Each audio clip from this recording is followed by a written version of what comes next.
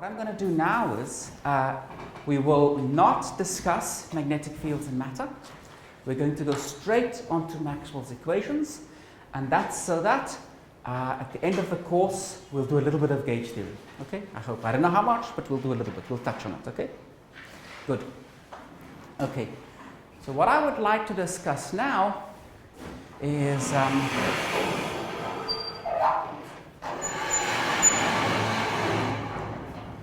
I want to motivate the concept of EMF, and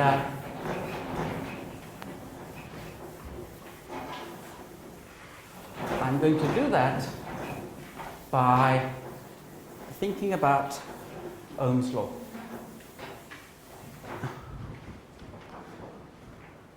So, first of all, I want to explain to you how does a battery work.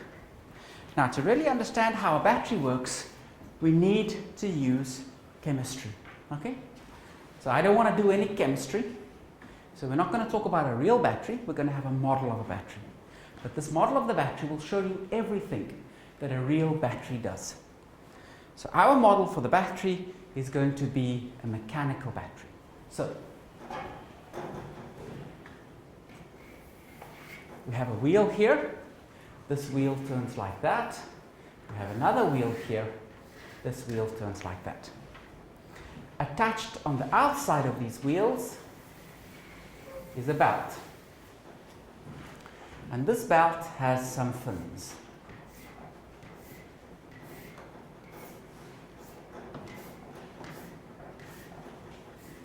So as those motors turn, what will these fins do? They will come around the corner, go up, then turn over, come down, turn over, go up again. Everyone got the picture? Now, imagine over here,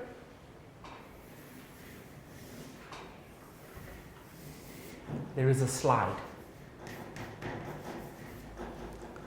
And what we have is some people sliding down the slide.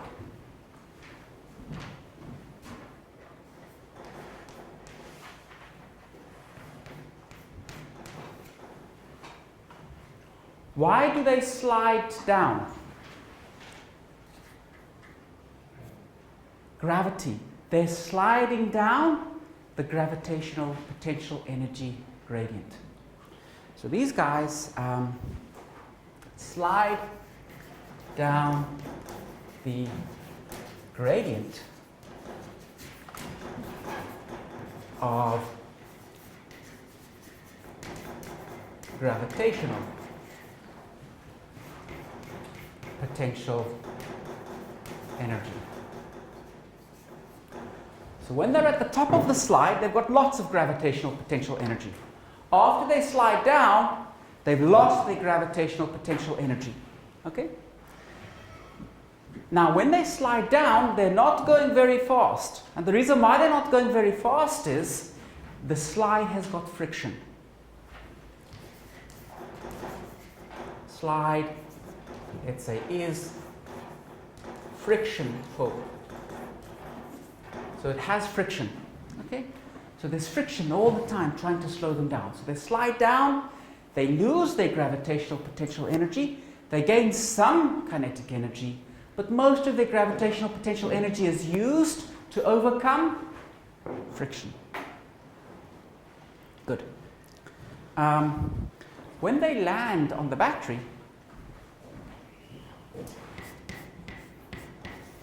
they are then pulled up to this point where they can again leave the slide. So when they enter the battery,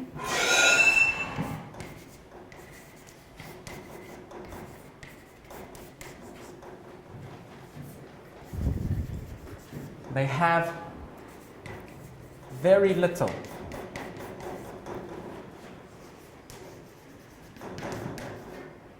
gravitational potential energy. When they leave the battery, they have a lot of gravitational potential energy.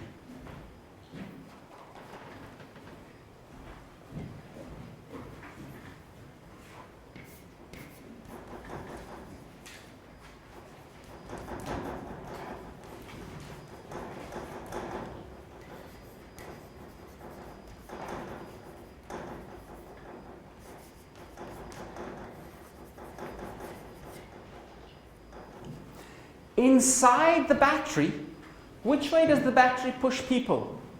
Up. Which way does gravity push people? Down. So the battery acts opposite to the direction of the gravitational field. Okay? That's our mechanical picture of a battery. Now let me draw a picture of a real battery for you and fill in the analogy.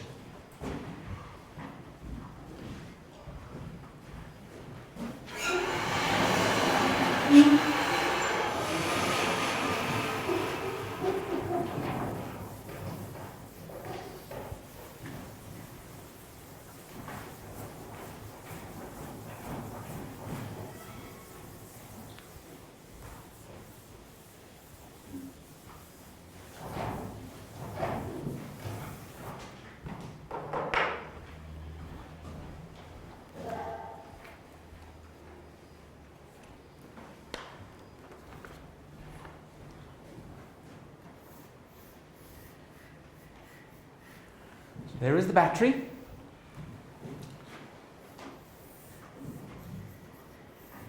We have here a light bulb. And I'm going to start drawing on this sketch the electric field that's acting. So there's an electric field E acting like this.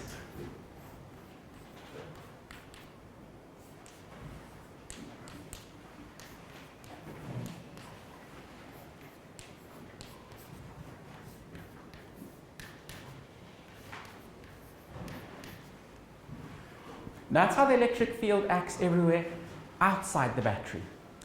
Inside the battery, the electric field actually acts in the opposite direction.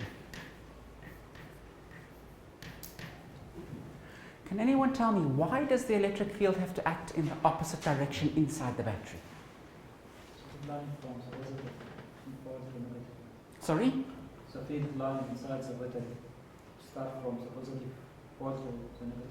Okay, here, these field lines, these fields outside, so the electric field that's acting inside the circuit is being set up by the charge that's sitting on the surface of the wire. So we're going to talk just now that charge collects on the surface of the wire, but these electric fields that sit inside here are due to the chemical reaction.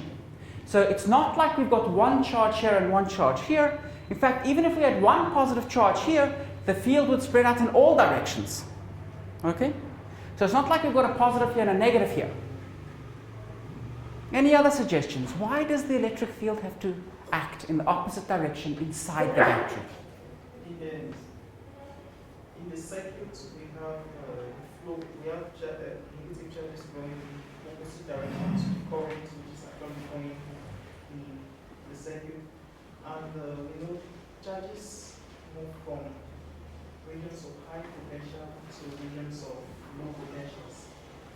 So in the battery, the current in the battery is through the positive terminal, whereas the electrons move in the enter. So you're blaming it on the fact that positive charges move, but actually think about electrons.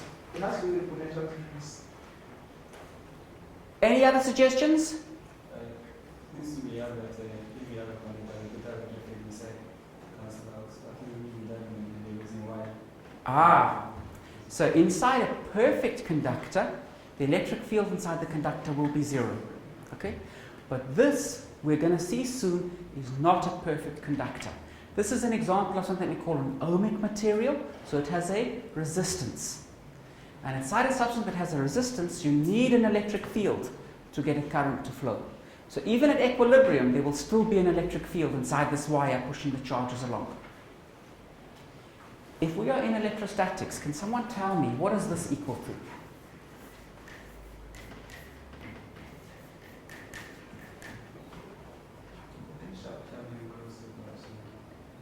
Integral over a closed path. Zero. By Stokes' theorem, for example, we could rewrite this as the integral over some area of the curl of E dot dx. And what is the curl of E? Zero. So if we take the closed path integral of the electric field, we have to get zero. Now, let's think about that. If you are coming So let's imagine we integrate like this around the circuit, okay? So I'm just going to imagine that we integrate like that. If we do that integral, is everybody happy that here, that is how dx points, dr. Here, that is how dr points. Here, that is how dr points. Inside the battery, that is how dr points. Over here, dr points that way, E points that way. E dot dr, is it positive or negative? Positive, because it's mod E, mod dr, cosine of 0, so that's positive. Over here, is E dot dr positive or negative? Positive. Here, positive. So inside the battery, it has to be negative, so that when we do the whole integral, we get 0. So we immediately know that inside the battery, the electric field acts in the opposite direction. Think about gravity. In this case, think about the work done by gravity. Which way does the person move? Down the slide. So outside, when you're moving on the slide, what is the work done by gravity? So here the person is moving down. Which way does gravity act? Down. So the work done by gravity outside the slide will be? So the work done doesn't have a direction. Positive or negative? Positive, because F dot dx is positive. Inside the battery, which way is the person moving? Up. Which way is the force? Down. The work done by gravity, positive or negative? Negative. So if you integrate the total work done along this closed path, you'll get 0. Outside, it is positive. Inside, it is negative. You're doing work against gravity. Okay? You're moving opposite to the direction that gravity wants to push you. And that's exactly how the battery works too.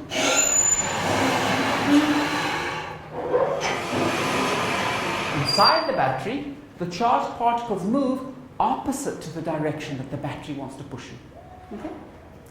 Because of that,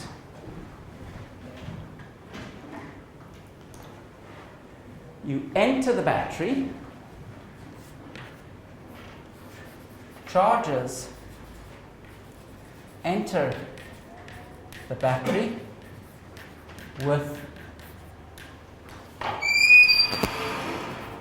a small electrical potential energy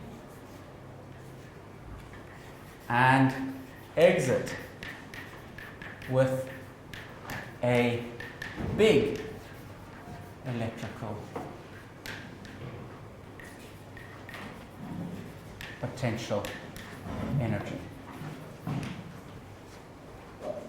And when they are moving in the circuit, they are overcoming the effects of resistance. And resistance is what plays the role of friction. Okay?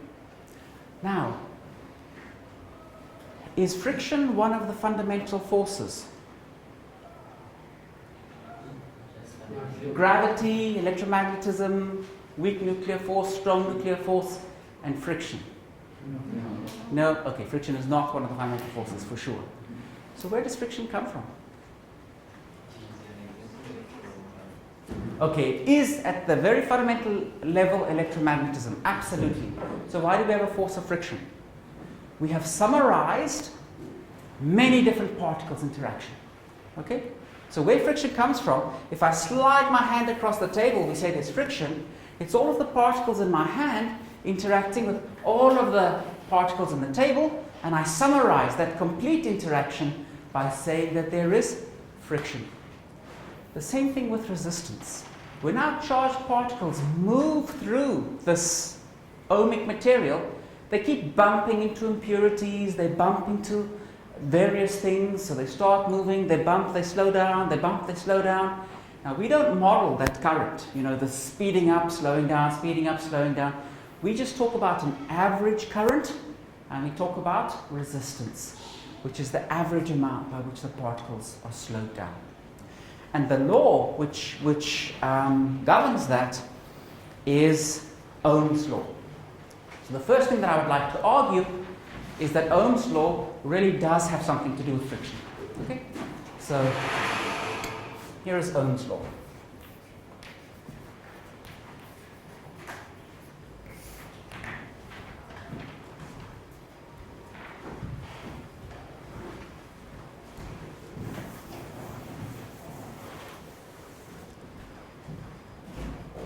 So first of all, Ohm's law looks like this. J, that is the current density. That is equal to some parameter sigma tilde. Sigma tilde is called the conductivity. The conductivity is a parameter for different materials. So you can go and measure it for different materials. You could calculate it from first principles if you studied the different materials that you look at. So the conductivity depends on the material. So you've got a specific resistor, it will have a specific conductivity. And then here we have a little f. What this is, it's the force per unit charge.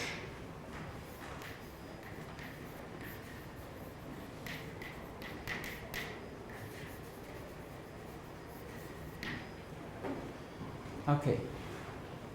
If we have a force that is due to friction, can anyone tell me what that force usually depends on?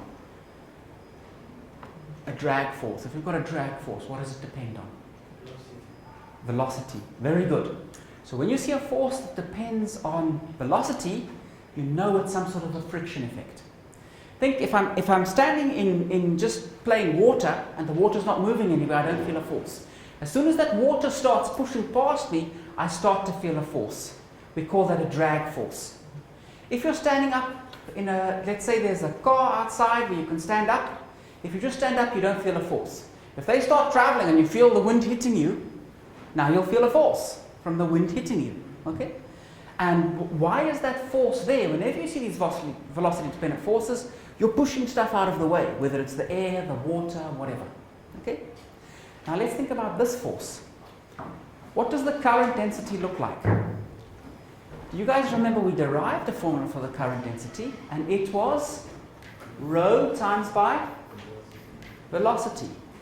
So we have here a force that is depending on the velocity. This is a frictional type force. Okay? It's not a fundamental law. This is one of those dirty laws, like the ideal gas law. That's a summary of many microscopic processes going on. So this just summarizes all of that physics. Good. Okay. Can somebody tell me what F is?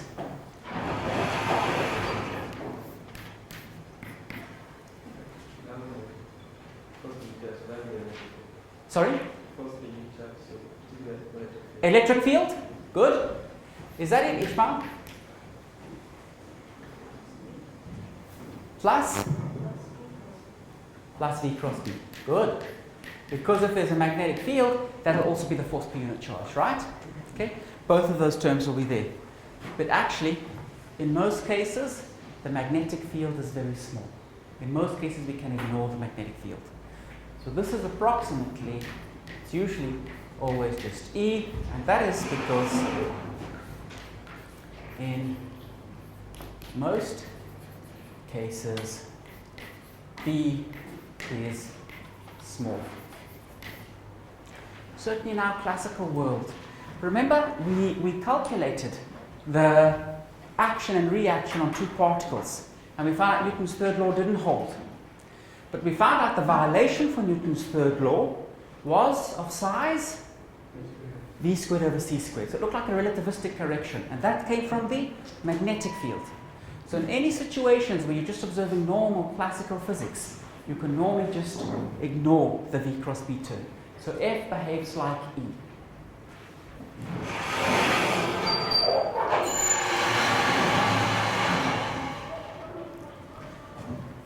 So now what we learn is the following.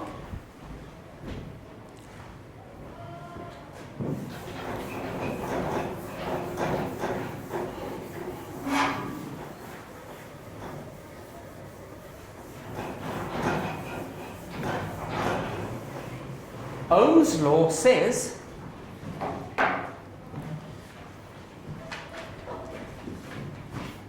the current density is the conductivity times the electric field. Is this how you're used to seeing Ohm's law? Yes. One yes, some no's. Those who said no. Okay, Emil, what do you call Ohm's law? Well, in school, normally you say the potential difference in the proportional to the current, provided temperature and other physical properties are constant. Good. So V equals IR. Very good. So that's what we're used to writing. Okay. Let's compare this version of Ohm's law to that version of Ohm's law. Okay. Let's try to relate the quantities appearing in the two equations. How is V related to E?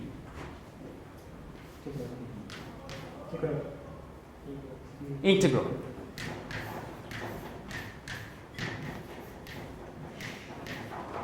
How is I?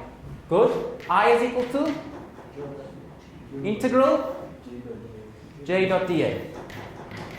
Okay. This version of Ohm's law tells me if I double E, what happens to J? Doubles. So they're directly proportional. Everyone happy?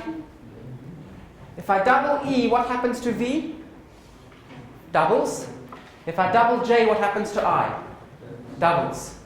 So actually, this says if I double E, J doubles, but it also immediately tells me V doubles and I doubles, which means V and I are proportional to each other.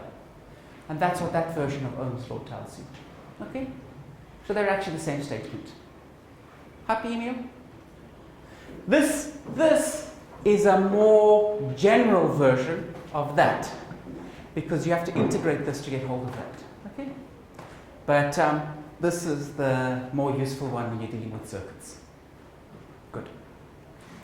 Okay, guys, I think that now is a good time for us to stretch our legs. Let's meet back in 10 minutes.